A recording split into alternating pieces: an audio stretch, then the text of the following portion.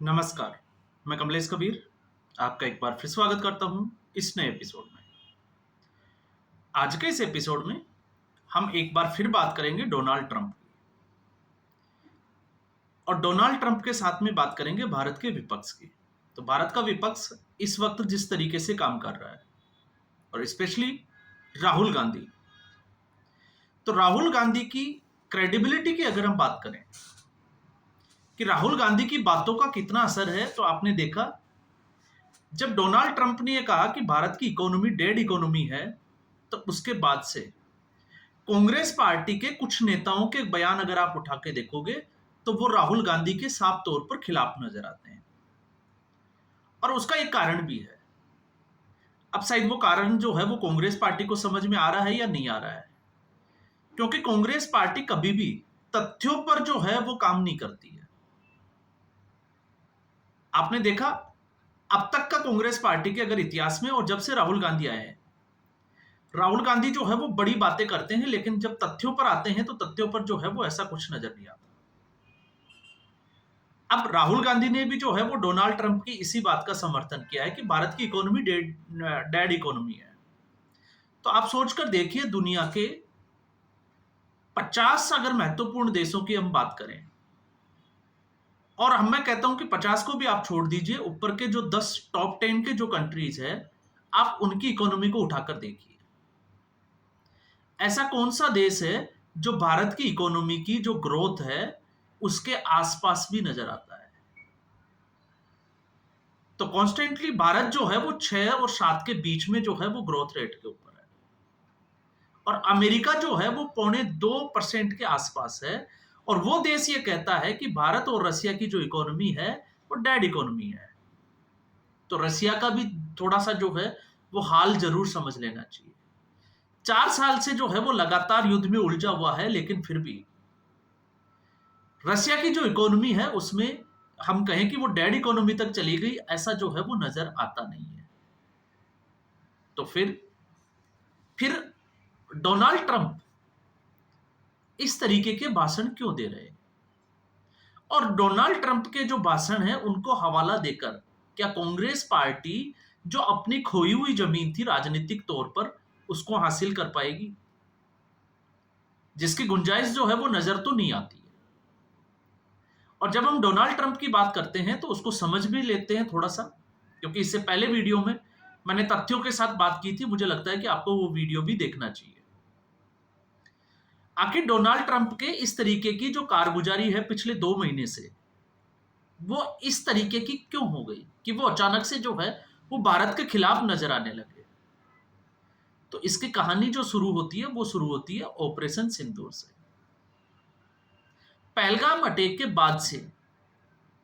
क्योंकि पहलगाम अटैक के बाद जब भारत ने एक्शन लिया, तो भारत ने जब एक्शन लिया तो उसके बाद अमेरिका की जो साख गिरी उसको समझना बहुत जरूरी है।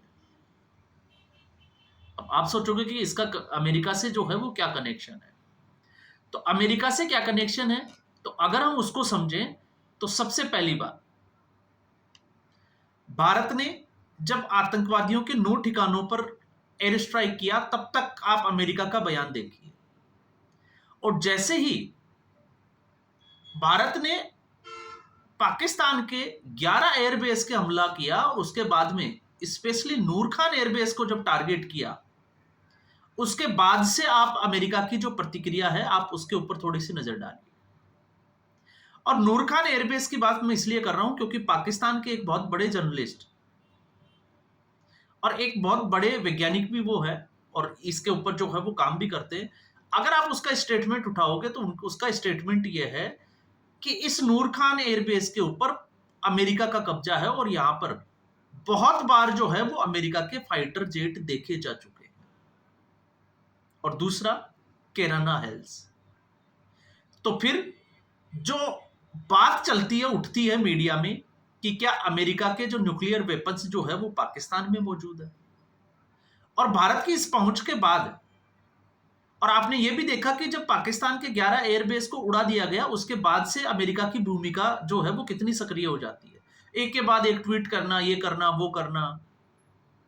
तब आपको जो है वो समझ में आएगा। लेकिन फिर उसके बाद में कहीं ना कहीं जो है इसी टैरिफ के बहाने, क्योंकि अमेरिका के अगर हम देखें तो 3 बड़े बयान,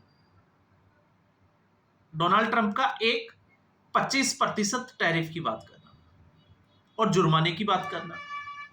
हालांकि ये अलग बात है कि उसकी हवा जो है वो एक ही भी दिन नहीं चली। इसके अलावा एक सबसे बड़ा बयान देना कि आने वाले समय में भारत जो है वो पाकिस्तान से तेल आयात करेगा। अब इसमें मैं आपको थोड़ी सी जानकारी दे देता हूं। 2019 में इमरान खान ने भी अपनी जनता को ऐसे ही बोला था कि कराची एयरपोर्ट के पास में तेल के बहुत बड़े भंडार है। करोड़ों अरबों रुपए जो है वो उसके ऊपर खर्च किया गया, लेकिन कुछ भी नहीं मिला। तो इसीलिए मैंने जो थंबनेल लगाया वो इसी के आधार पर लगाया कि अब डोनाल्ड ट्रंप जो है वो शहबाज शरीफ के साथ बैठकर तेल खोज रहे हैं। और तेल खोजते खोजते डोनाल्ड ट्रंप जब इस दावे पर पहुंचते हैं कि आने वाले समय में पाकिस्तान से तेल बिकवाऊंगा भारत को, तो बड़ी हैरानी की बात होगी कि इतना कुछ कहकर अमेरिका ने पाकिस्तान को तेल बेचना शुरू कर दिया।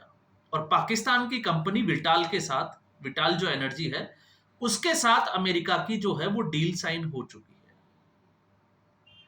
और बहुत ही कम समय में तेल की जो पहली जो खेप है, लगभग 10 लाख बैरल का जो है वो सौदा हुआ है।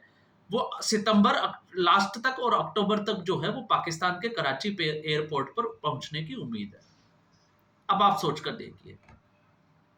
तो ये तो वही बात हो गई, आपने क्रिकेट देखा होगा, तो क्रिकेट में बाबर आजम को लेकर और विराट कोहली को लेकर जब तुलना होती थी तो एक डायलॉग जो है वो चलता था, आपको पता होगा, तेल लगा के डाबर का और नाम मिटा दो बाबर का। तो ये सीधे तौर से डोनाल्ड ट्रंप ने पाकिस्तान को चूना लगा दिया, या चूना तो हम नहीं कहेंगे, तेल ही लगा दिया। और आप ये भी देखिए कि इराक और ईरान से एक जिसको कहते हैं कि कॉमन सेंस की बात है कि पाकिस्तान के पास में ईरान भी है, इराक भी है, सऊदी अरेबिया भी है। वो यहां से तेल खरीदेगा तो वो सस्ता पड़ेगा, या अमेरिका से पाकिस्तान के लिए तेल आएगा वो सस्ता पड़ेगा। तो पाकिस्तान कहां जा रहा है और किस दबाव में ये कर रहा है वो आप समझ सकते हैं। तो ये जो है वो पाकिस्तान का जो तेल वाली जो कहानी थी उसके ऊपर ये फैक्ट से आप चेक कर सकते हैं। और ये कोई बहुत बड़ी बात नहीं है, ये कल ही डील फाइनल हुई है। और फिर हम आते हैं 25% टैरिफ वाली बात पर। तो आखिर अमेरिका ये कहता है कि भारत और रशिया की डेड इकोनॉमी है, ना के बराबर है। तो आखिर अमेरिका को ऐसा क्या पड़ा है कि वो भारत के साथ डील करना चाहता है? ये सबसे बड़ी बात है, क्योंकि भारत की इकोनॉमी तो सरवाइव कर ही नहीं रही, उसके हिसाब से मरी हुई इकोनॉमी है। तो आखिर उसका अमेरिका का इंटरेस्ट क्या है? फिर भी अमेरिका क्यों चाहता है? क्योंकि अमेरिका को पता है कि इस वक्त भारत की जो इकोनॉमी है और जिस पोटेंशियल के साथ में वो चल रही है, अमेरिका को उसकी कितनी जरूरत है। तो एक तरफ वो ब्लैकमेलिंग कर रहा है, वो डरा रहा है कि किसी भी तरीके से भारत जो है वो उसकी शर्तों पर आ जाए। और शर्तें क्या है? एक, एग्रीकल्चर सेक्टर जो है वो भारत यूएसए के लिए खोल दे, क्योंकि यूएसए एग्रीकल्चर सेक्टर में एंट्री चाहता है और भारत ने इसके लिए जो है वो साफ इनकार कर दिया है। और दूसरा, वो तो डोनाल्ड ट्रंप के भाषण में ही छुपा हुआ है। जब डोनाल्ड ट्रंप ये कहते हैं कि भारत जो है वो अपने वेपन्स रसिया से खरीद रहा है और तेल वहां से खरीद रहा है, इसलिए भारत के ऊपर जुर्माना भी लगेगा। तो दूसरी बात यहां पर आ जाती है कि अमेरिका चाहता है कि भारत जो है वो F-35 जेट जो है 5th जनरेशन का, वो अमेरिका से खरीदे। और अब लगभग जो है वो भारत की तरफ से अमेरिका को कह दिया गया है कि वो F-35 जेट जो है वो अमेरिका से नहीं खरीद रहा है। क्यों नहीं खरीद रहा? एक कारण कि अमेरिका जो है वो भारत के साथ टेक्नोलॉजी शेयर करने के लिए राजी नहीं है, और भारत चाहता है कि वो उसके साथ डील करेगा जो भारत के साथ टेक्नोलॉजी शेयर करेगा। और रसिया ने, आपको पता ही होगा, इसके लिए पहले ही जो है वो हां कर दी है। तो कारण एक नहीं, कारण जब आप ढूंढने को बैठोगे तो बहुत सारे। और अमेरिका को पाकिस्तान की जरूरत क्यों है उसका दूसरा उदाहरण, इजराइल और इराक का जब युद्ध हुआ तो आपको पता होगा इससे पहले अमेरिका अफगानिस्तान की धरती का इस्तेमाल करता था, और अब उसको पाकिस्तान के कुछ एयरबेस की जरूरत है कि वो एशिया में जो है वो अपनी आवाजावी को रख सके या अपनी कंट्रोलिंग को रख सके। तो आप समझ गए होंगे कि पाकिस्तान जो है वो क्यों जरूरी है। और फिर चाइना, चाइना जो है वो चिर प्रतिद्वंदी है अमेरिका का, और अमेरिका नहीं चाहेगा कि चीन जिस तरीके से अब पाकिस्तान में काम कर रहा है और पाकिस्तान उसके हाथ से निकल जाए। तो कहीं ना कहीं ये चीन को दूर करने का भी। और इससे पहले वीडियो में मैंने आपको कहा ही था कि भारत ने जो है वो जो एडिबल ऑयल जो है, सोया ऑयल के लिए चीन के साथ एक बहुत बड़ी डील साइन की है, जो कि भारत के राष्ट्र हितों को अगर हम देखें तो वो सस्ती पड़ रही है। तो ये तीन चीजें जो पिछले कुछ दिनों से जो चल रही थी, एक टैरिफ वाली जिसकी हमने बात की 25%, दूसरा हमने बात की पाकिस्तान के तेल आयात, पाकिस्तान का जो है वो तेल भारत खरीदेगा, और एक जिसमें डेड इकोनॉमी की बात की। अब हम आते हैं अमेरिका के और कुछ चीजों से। तो सबसे बड़ी बात, रूस से भारत की पुरानी दोस्ती। अमेरिका चाहता है कि रूस जो है वो भारत के साथ या भारत रूस के साथ में जो है वो दोस्ती तोड़ दे। और क्यों तोड़ दे, अब आपको जो है वो बताने की जरूरत नहीं है, क्योंकि भारत एक ऐसा देश है जो रसिया से इतने सैंक्शंस के बावजूद कच्चा तेल खरीदकर उसको रिफाइंड करके नाटा के जो देश है यूरोपियन यूनियन के, उन देशों को बेच रहा है। उसके बाद ऑपरेशन सिंदूर की कहानी मैंने बताई, जिसमें चाइना, तुर्की और अमेरिका तीनों की जो वेपन्स थे, जो हथियार थे, वो सारे के सारे एक्सपोज हो गए। और उसमें तड़का लगाया अमेरिका का जो फाइटर जेट जिसकी हम बात कर रहे थे, जो जिसको ब्रिटेन को बेचा गया था, और युद्धाभ्यास के दौरान आपको पता होगा वो केरल पहुंच गया था। कहानियां बहुत थी, उनमें एक कहानी ये भी थी कि अमेरिका ये दावा करता था कि रडार जो है वो इसको पकड़ नहीं सकता, लेकिन बताते हैं कि भारत के रडार ने उसको पकड़ भी लिया और उसको चौक भी कर दिया।